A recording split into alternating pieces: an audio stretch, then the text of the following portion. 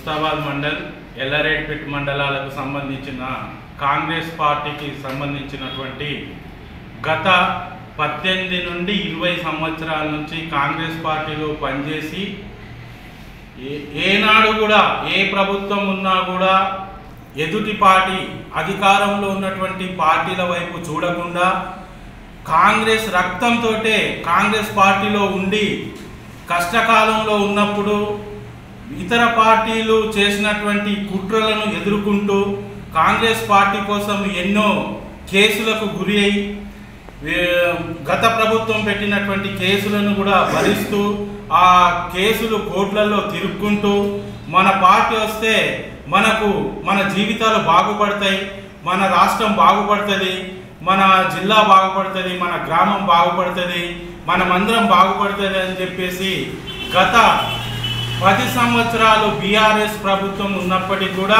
ప్రతిపక్షంలో మేముండి కార్యకర్తలకు ఎలాంటి అన్యాయం జరిగినా ముందుండి పోరాడి వాళ్లకు మాతోటి అయిన చేతనైనటువంటి సహాయం చేస్తూ నిఖార్సుగా నిలబడి ఉండి ప్రభుత్వం అధికారాలకు కాంగ్రెస్ పార్టీ ప్రభుత్వం అధికారం వచ్చిన తర్వాత ఎన్నో ఆశలతోటి మేమున్నాము.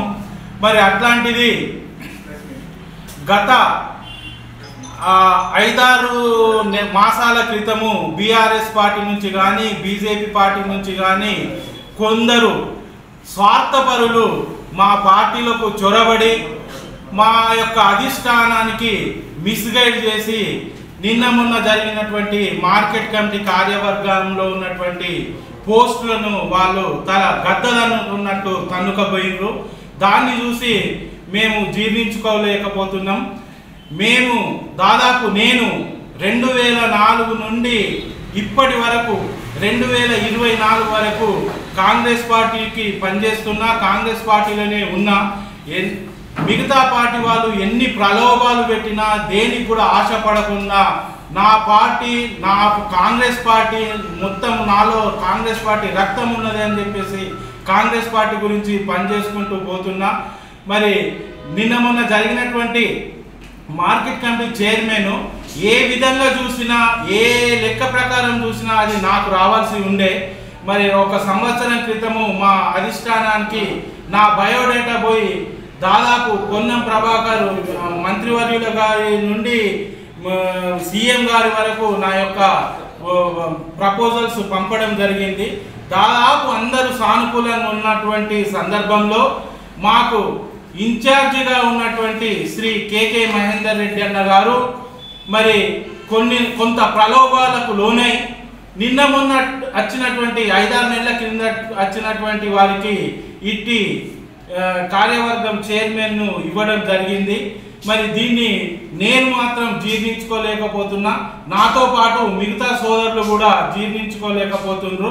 ఏదేమైనా చాలా రోజులకు కాంగ్రెస్ పార్టీ అధికారంలోకి వస్తే ఇప్పుడున్నటువంటి కార్యకర్తలు సీనియర్ కార్యకర్తలు ఒరిజినల్ కాబట్టి వాళ్ళు ఎన్నో ఆశలతోటి ప్రభుత్వం వస్తే మా జీవితాలు బాగుపడతాయి, ప్రజలు బాగుపడతారు అనే ఉద్దేశంతో ఉన్నారు. కాబట్టి ఇలాంటి మొదటి తప్పు ఇంత ఘోరంగా జరిగింది కాబట్టి మరి ఇట్టి సమావేశం అధిష్టానం దృష్టికి తీసుకుపోయి ఈ మార్కెట్ కమిటీ కార్యవర్గాన్ని రద్దు చేసి మళ్ళీ పునఃపరిశీలించి కార్యకర్తల అభిప్రాయాలను తీసుకొని ఈ కమిటీలు వేయాలని చెప్పేసి ఈ ఉద్దేశంతో ఈ సమావేశం చేయడం జరుగుతుంది.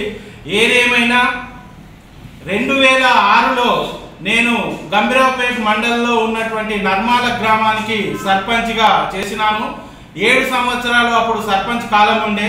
అప్పుడు మనకు ఉమ్మడి జిల్లా ఉండే, కరీంనగర్ ఉమ్మడి జిల్లా ఉండే. ఆ ఉమ్మడి జిల్లాలోనే నా యొక్క విలేజ్ను అభివృద్ధి చేయడం వలన ఏర్పాటు చేసినటువంటి ఈ సమావేశంలో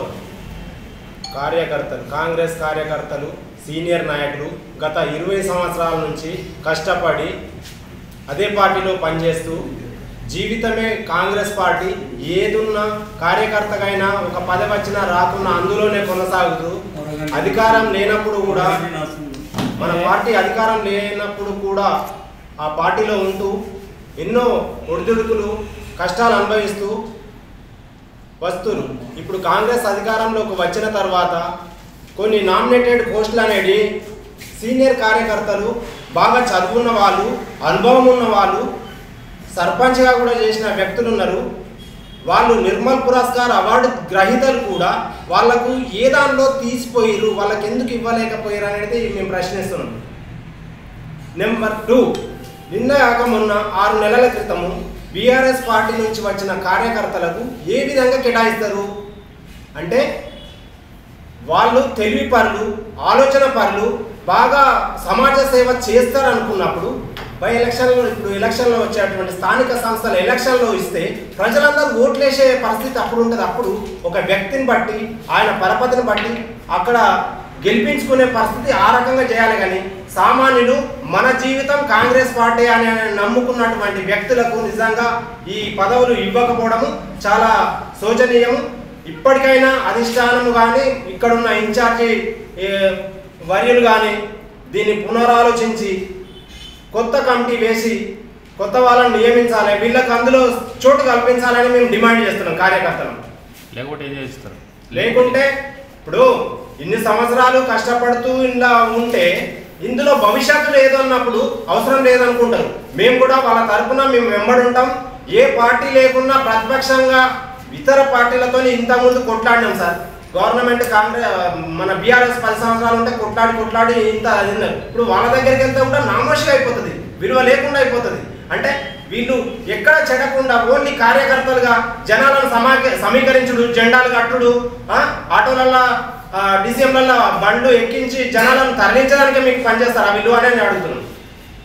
ఖచ్చితంగా దీని మీద రివ్యూ చేసి బాగా ఆలోచన చేసి ఖచ్చితంగా వీళ్ళకి స్థానం కల్పించాలి. ఇప్పుడు కొత్తగా ఎన్నుకున్నటువంటి, కొత్తగా నియమించినటువంటి వాళ్లకు వీళ్లకు ఎంత ఈ విషయాలలో మీకు వీళ్ళకు ప్లస్ పాయింట్ ఉన్నాయి, వీళ్ళకి మైనస్ పాయింట్ ఉన్నాయి అని చెప్పే ధైర్యం ఉన్నదా వీళ్ళకి నియమించిన వాళ్ళకని మేము అడుగుతున్నాం. లేని పక్షంలో వీళ్ళను కమిటీలోకి, మార్కెట్ కమిటీలోకి తీసుకొని పక్షంలో, వీళ్ళకి పదవులు ఇయ్యని పక్షంలో వీళ్ళు ఇతర పార్టీ మారే అవకాశాలు ఉన్నాయి. ఇతర పార్టీలలో పత్రికా మిత్రులందరికీ నమస్కారం. నా పేరు పెద్దిగారి శ్రీనివాసు. నేను కాంగ్రెస్ పార్టీ జిల్లా జనరల్ సెక్రటరీగా కొనసాగుతున్నాను. మరి నాకు ఒక దళిత సంఘాలలో కానీ, తర్వాత ఉద్యమ సంఘాలలో కానీ, ఇలా అనేక సంఘాలలో పనిచేసినటువంటి వ్యక్తిని నేను. మరి తెలంగాణ ఉద్యమంలో సొంత పార్టీలో, కాంగ్రెస్ పార్టీలో ఉంటూ కూడా మన పొన్నం ప్రభాకరణ గారు ఎంపీగా ఉన్నప్పుడు ఆయన తోడుగా ఇలా తెలంగాణ ఉద్యమంలో పాల్గొనడం జరిగింది. దాంతోపాటు జిల్లా ఉద్యమంలో మొన్నటిదాకా మన సిరిసిల్ల జిల్లా ఉద్యమంలో కూడా మనం కీలక పాత్ర పోషించడం జరిగింది.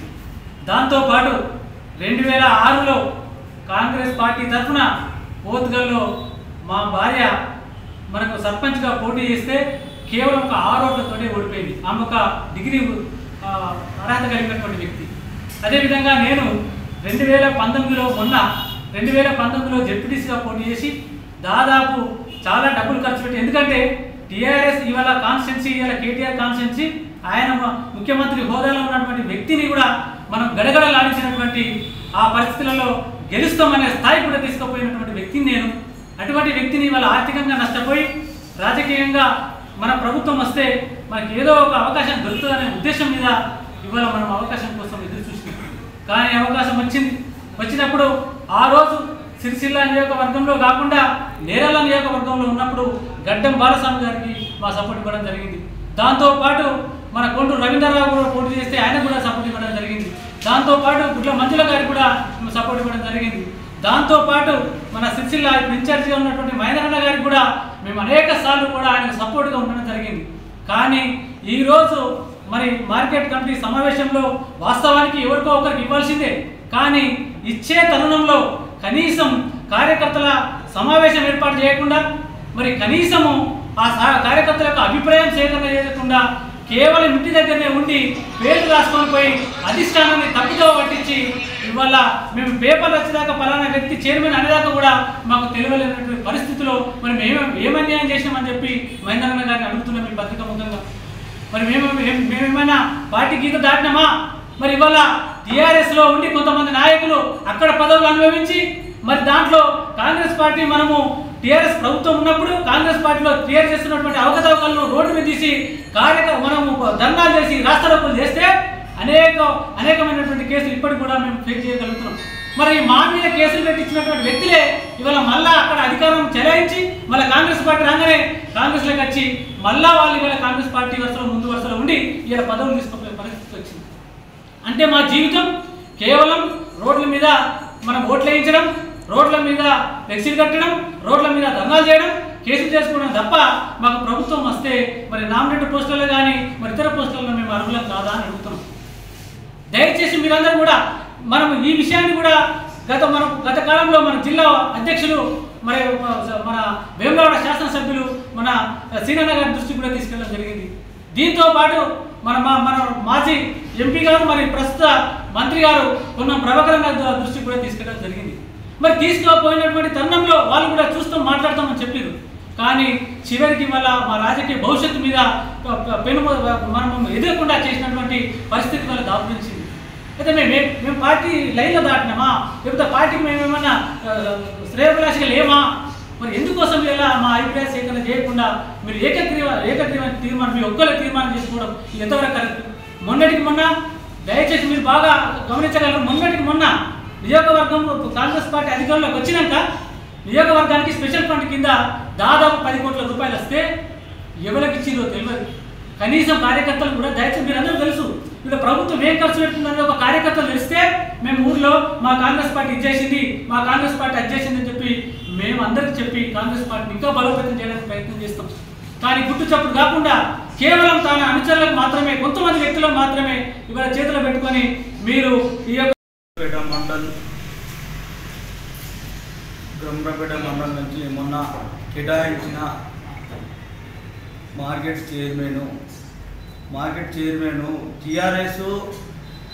టీఆర్ఎస్ ప్రభుత్వంలో ఉన్న టీఆర్ఎస్ వాళ్ళని పిలిచి టీఆర్ఎస్ క్యాండిడేట్ ఇచ్చిండు. గత 15 సంవత్సరం నుంచి కాంగ్రెస్ పార్టీలో కొనసాగుతున్నాం. కొద్ది రోజుల ముందే మన 2002 డిసెంబర్లో మన గంభీరపేట మండలంకు సెస్ డైరెక్టర్తో వేసి కొన్ని పైసలతో నష్టపోయినా చాలా. అదేవిధంగా కార్యకర్తలకు గుర్తించకుండా టీఆర్ఎస్ పార్టీ నుంచి తీసుకొచ్చి ఆ క్యాండిడేట్ను 5-6 నెలలే వచ్చి ఆయనకే ఇప్పుడు మార్కెట్ చైర్మన్ ఇవ్వడం జరిగింది. దాని విషయంలో గంభీరపేట మండలం నుంచి మేము ఖండిస్తూ